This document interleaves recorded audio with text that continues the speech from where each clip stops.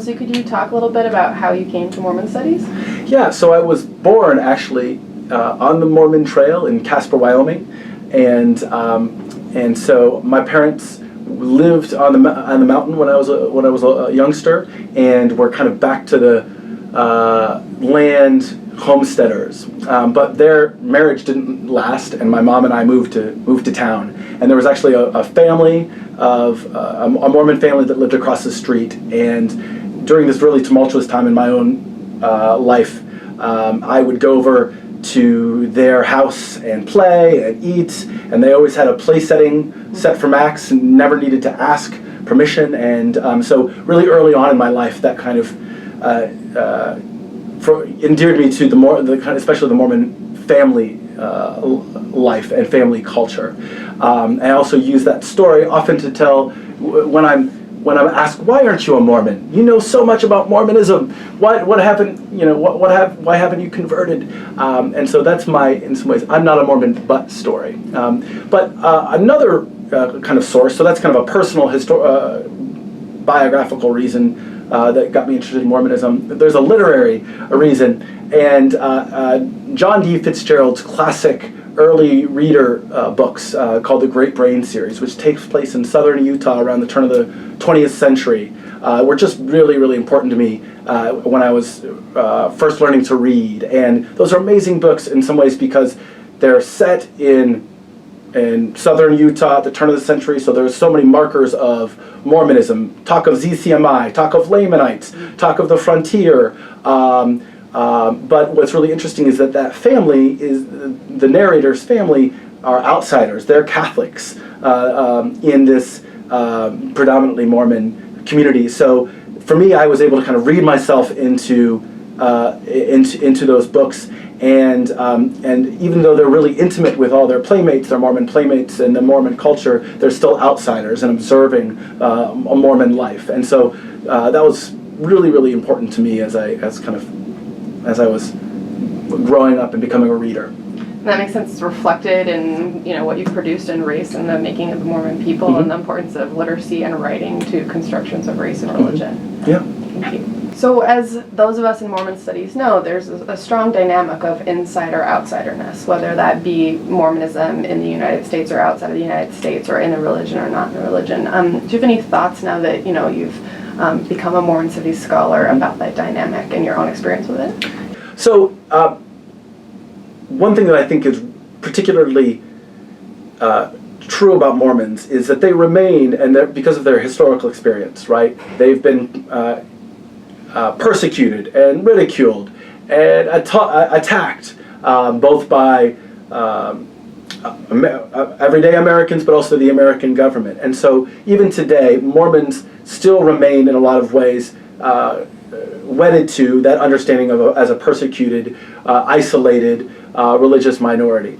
And so one of the things I'm able to do because of my kind of intimate experiences growing up in and around Mormon communities, or at least close to Mormon communities, I'm able to tell my story as a way to say, hey, listen, I'm not a Mormon, but I understand you, and I appreciate you, and demonstrating that sincerity allows me to have access to their stories. They're very personal, Mormons' personal stories, but also in some ways structurally access to institutional sources like the archives. I demonstrate my sincerity, which is also sincere, when I'm talking with the folks who hold the keys to the archives at, say, the Church History Library. And so that's one thing that I think is particularly interesting. The other thing I was going to say that I noticed about your book to supplement what you just said is that you took the time to read the Book of Mormon. Mm-hmm. You took the time to take it seriously. Mm-hmm. And a lot of non-Mormon scholars don't do that, and it really jeopardizes the arguments that they then make. So I think that is a way that you can bridge that gap between insider and outsider, and that's something I really appreciated about the text. Yeah, what is the phrase I use? Intentional illiteracy, right? That really does hamstring non-Mormons' ability to access the Mormon world, right? The Book of Mormon, and I think this is one of the main lessons of my book, shaped right from the beginning early Mormon conceptions of the world, and in particular, the different races that were occupying the American landscape.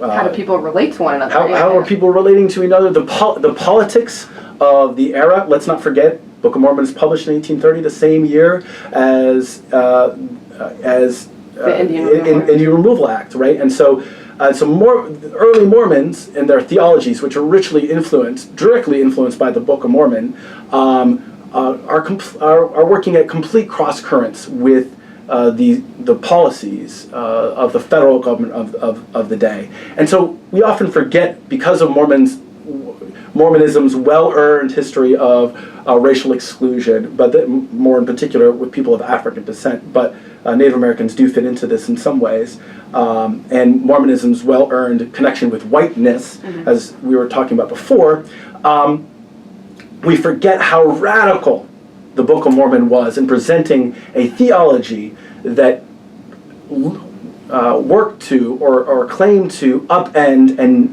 the racial divisions within the United States, and challenge the idea that race is something that's real, right? Race is something... Or at least it's biological. Biological or theological. Actually, for early Mormons, what the early Mormons teach or remind us when we're looking at this history, the Book of Mormon in particular, is that race was not of God's design, and that's against kind of the justifications that, say, for example, indirectly, Andrew Jackson is using to remove Native Americans from the American landscape and remove Native Americans from American history. But in particular, antebellum pro-slavery advocates who are looking to the Bible, again, thinking about religious scriptures, looking to the Bible to justify slavery. Mormons challenge that. They say, no, race enters into human history because of human sin, not because of God's design. And so race enters into human history when one branch of the human family sins against another, for which they are marked off and set apart, right? But the promise articulated in the Book of Mormon, which I call a gospel of white universalism, since it was humans who created race, proper use of agency, and that would, in early Mormonism, mean accepting the new restored gospel in Mormonism, would allow non-white peoples to rejoin the original raceless, as in white, family. So I think that's a really important aspect to understand racial conceptions of the early American Republic, and better understand Mormonism's complicated relationship to race in particular. So if you were going to distill it down, what would you say that the book teaches us? Well, in particular, one of the first things I think is that to understand Mormons today or in the past, you have to read the Book of Mormon, their foundational text, right? The Book of Mormon initiates, right, the whole Mormon movement. So for a long time, scholars of Mormonism, even serious scholars of Mormonism who are not Mormon, have taken a position of kind of intentional illiteracy when it comes to the Book of Mormon and the text itself, taking seriously the text itself. Let me give you just one example, very concrete example, of why the Book of Mormon is important to understanding early Mormon history. So, when people think about Mormonism, what do they think about, right? They think about people who don't know Mormons that well or might know something about Mormons. What do they know about? They know about polygamy. They might know about the complicated racial politics of Mormonism. They might know something about Mountain Meadows. But one of the main things is our missions, right? So just very concretely about one example of why the Book of Mormon is critical to understand early Mormonism and Mormonism today and in the past is to look at the fact that the first Mormon official mission was to a group of Delaware Indians who had just been recently removed from what was then the boundaries of the United States and into Indian country in Kansas, right? So the first Mormon mission was to Native Americans, and it was called, mandated through revelation by Joseph, based on the Book of Mormon mandate that the Gentiles, the early Mormons thought of themselves initially as Gentiles, were to take the Book of Mormon and return it to the actual owners of this history, Native Americans. So just on that fact alone, right, you need to understand the Mormon long, lasting, important connection and desire to convert en masse Native American peoples from the beginning. So, when you see those young men and women out on the streets in America or around the world, knocking on doors, to understand even their roots, right? You have to look at the Book of Mormon and this failed mission to the Delaware in 1831. What is the purpose of the Book of Mormon in going to Native Americans, right? They are trying to fulfill the mandate that is in the Book of Mormon to restore Israel, and build it up in the latter days before Christ's return. They want to create new covenants, and actually restore old covenants, but also create new covenants with the people they believe who are actually not Indians, but heirs to the most ancient and revered covenants. And so they're working to build New Jerusalem in America to await Christ's second return. And that project, from the beginning and even today, is what the Mormons are doing. When you see them out in the streets of America or around the world, they're still building, trying to rebuild that New Jerusalem. So I was talking about missionaries in the streets of America and around the world, but let's talk about Mexico in particular. So Mexico is the second to the United States as the place where most Mormons live. And Mexico and other parts of Latin America, one of the reasons why the LDS Church in particular is interested in investing so much energy and resources into missionizing these spaces is not only because they're having success there, but also it still connects to this very original notions found in the Book of Mormon as rebuilding, restoring Israel among those heirs to those Israelite covenants, including indigenous peoples in Central, in South America, and also in particular in Mexico. I want to make one more point about the Book of Mormon. For those who grew up reading the Book of Mormon and hearing its stories and how it shaped how they understand the world, it forms what Stanley Fish called an interpretive community, right? A way of understanding the world that seems common sense, natural to Mormons. And that's similar to how Americans grow up, even if they never read it or study it formally, King James Bible or the Protestant notions of the Bible, right? It forms a way of seeing the world. So for scholars who hope to gain entree into this interpretive community, you need to understand, you need to read the Book of Mormon and take it seriously, and to see how it shapes both the earliest Mormons' worldview and the way they see, for example, the various racial populations of the early American Republic, but also today, how it forms a worldview that requires a mandate to go out into the world and find those people who will be attracted to that gospel and hear it and build up New Jerusalem, not just internationally but globally, right?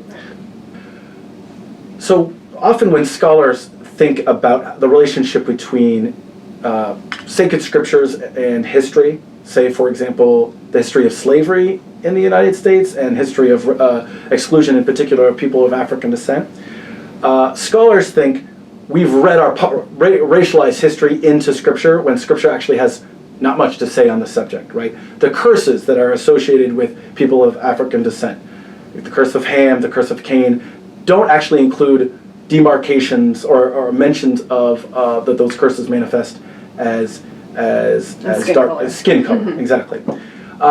what the Book of Mormon and other Mormon scriptures teach us or point out, that actually those theological concepts, which in the Bible are subtext, become text, right? The curses in the Book of Mormon are actually said to manifest in dark skin color.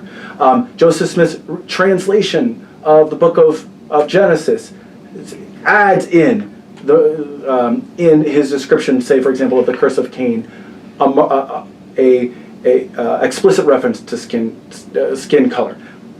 But what's really critical and important about these stories, though, color actually isn't what's important.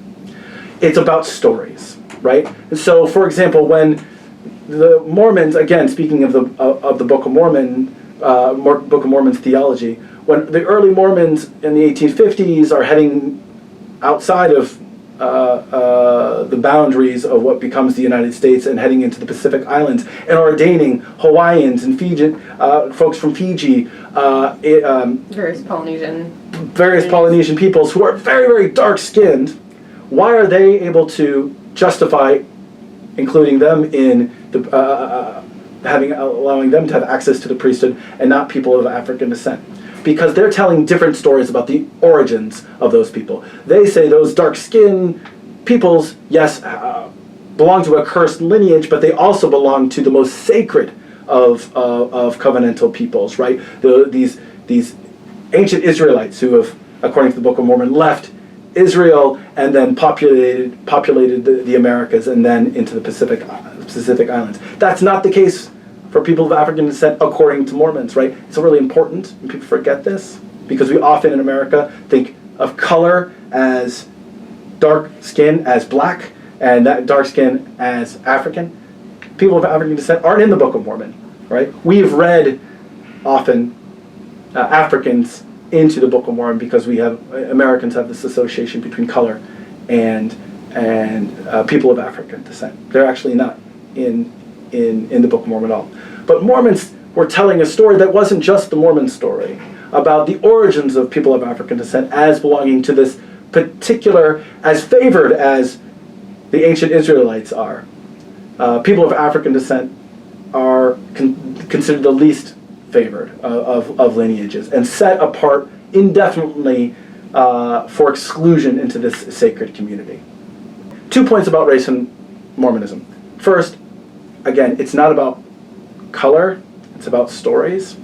And that's why stories, in particular written stories, are so important. My argument in the book is that race does not begin when we look at bodies, right?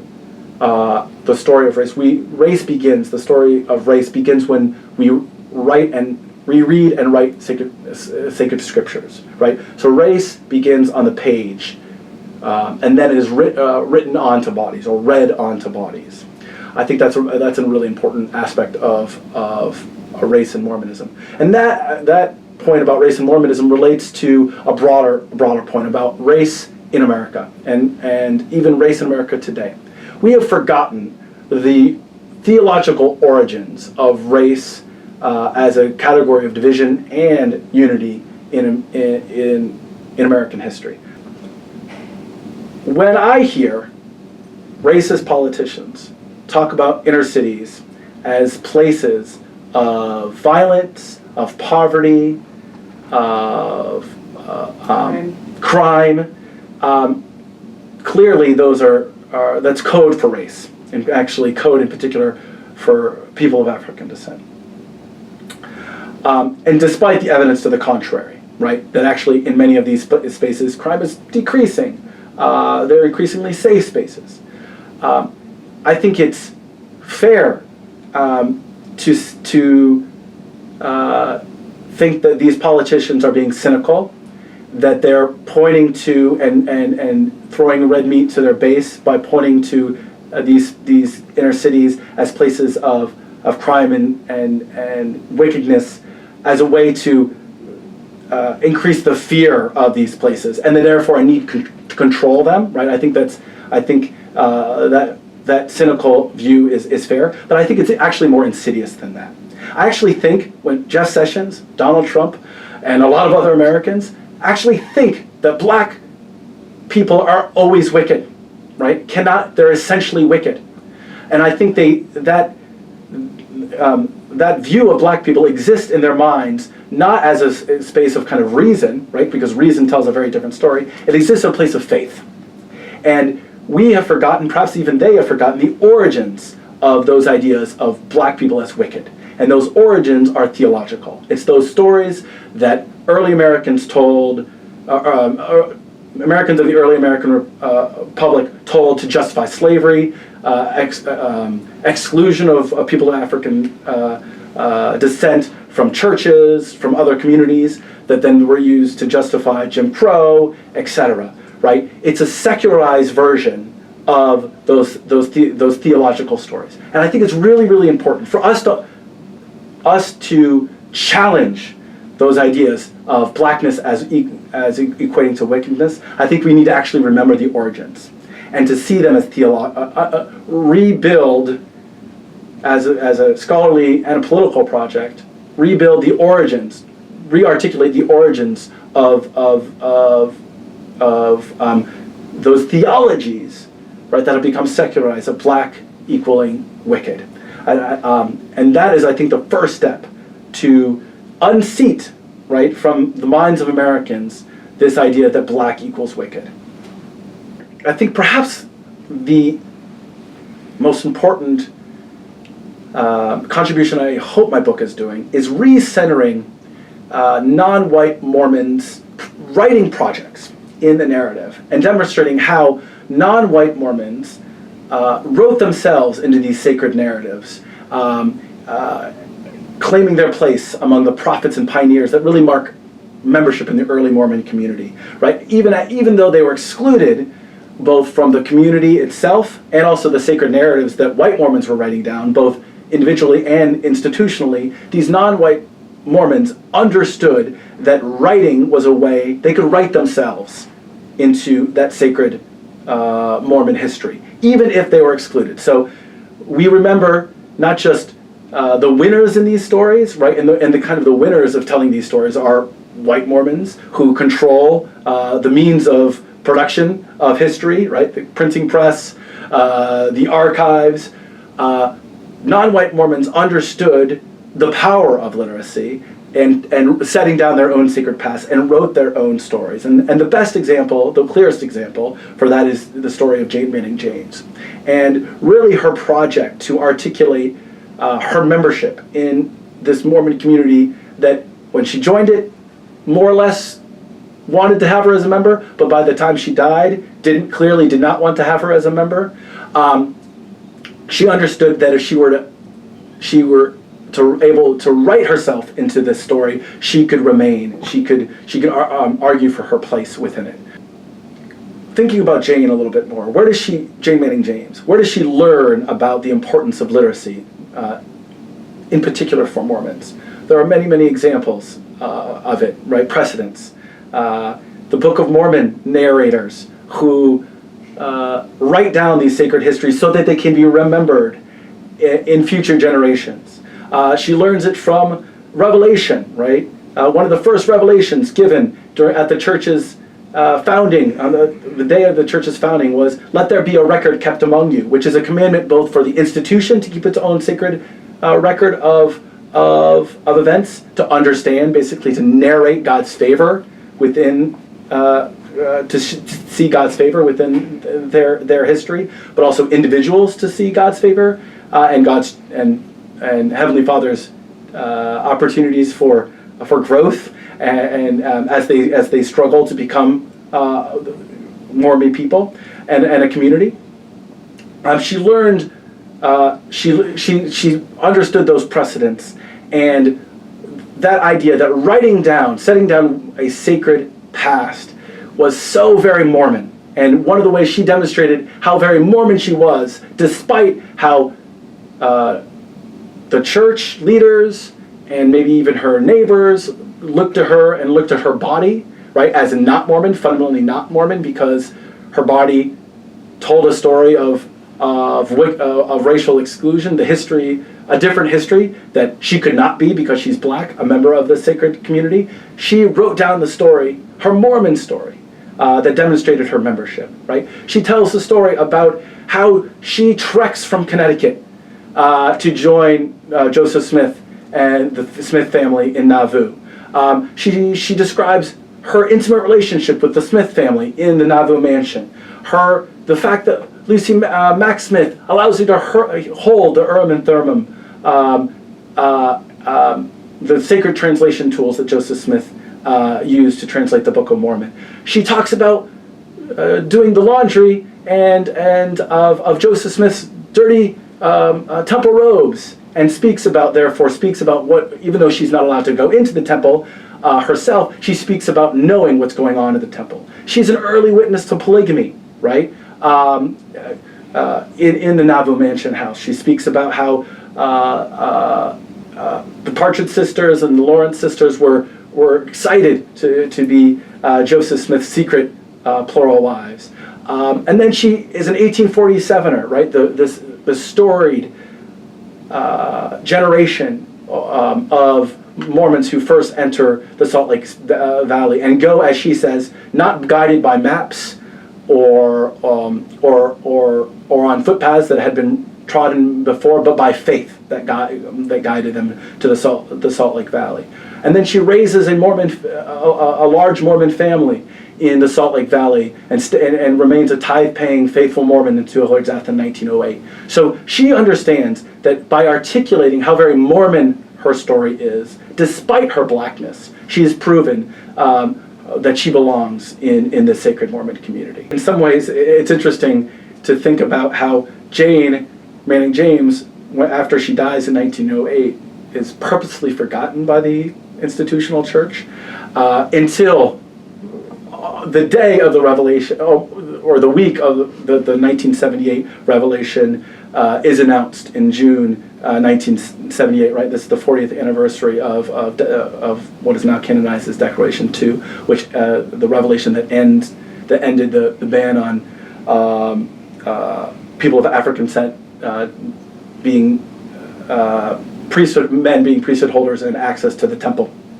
That week in Mormon news, right? The Mormon-focused, the church-focused organ of the Deseret News, Jane's story reemerges. Jane Manning James's story reemerges as to make the point of actually not change but continuity. That people of African descent had always belonged to the Mormon community. So it's really interesting to see even lately how Jane Manning James's story is being used by the institutional church as perhaps one of the greatest examples of faith in Mormonism.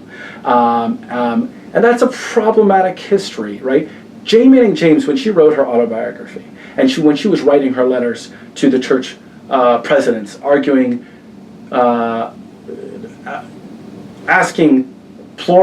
imploring them to let her have access to the temple.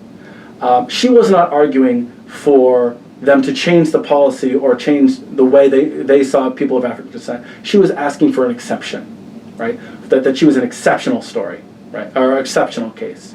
How it's read today, that same script, Jane Manning James's autobiography, is read almost completely differently today. She was arguing, when she wrote it, that despite her blackness, she should be, because of her Mormonism, she should be, an exception should be made for her. Today, the church is reading it as both a fully black and Mormon story. And so that's the exact same script, or the exact same narrative, being read almost completely differently today. So Jane Manning James, as she's writing her Mormon story, right, setting down her own sacred past, she is pouring herself into these Mormon origin myths of pioneer, of conversion stories, of faith in the gospel, of faith and connection to the earliest aspects of early Mormonism, the Book of Mormon, Joseph Smith, polygamy. She's pouring herself into an established Mormon mold of belonging, right?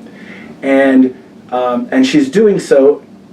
In doing so, she's not actually, I would argue, she's not actually breaking the mold, at least during her lifetime. She's reinforcing that mold, in particular, of Mormon whiteness, in particular. She says, and this is such a painful thing for us today, but at the end of her life, she tells a friend, I am white with the exception of the color of my skin. And she believes that, right? And that's about stories. She believes that telling her story, she has overcome her blackness, and the last remaining vestige of that blackness is her black skin, right? She has made herself white by demonstrating her Mormonness. And most importantly, one of the key aspects of demonstrating it is writing it down, right?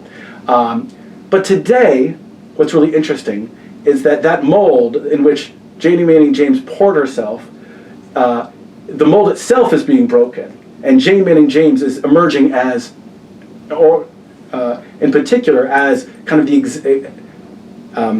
exemplar of universalism. So what began as white universalism, that non-white Mormons had to become white to access, to become a part of the universal church. Today, the whiteness aspect, in some ways, is being shed, at least in telling Jane Manning James's story, and the story of universalism, of racial inclusion is emerging.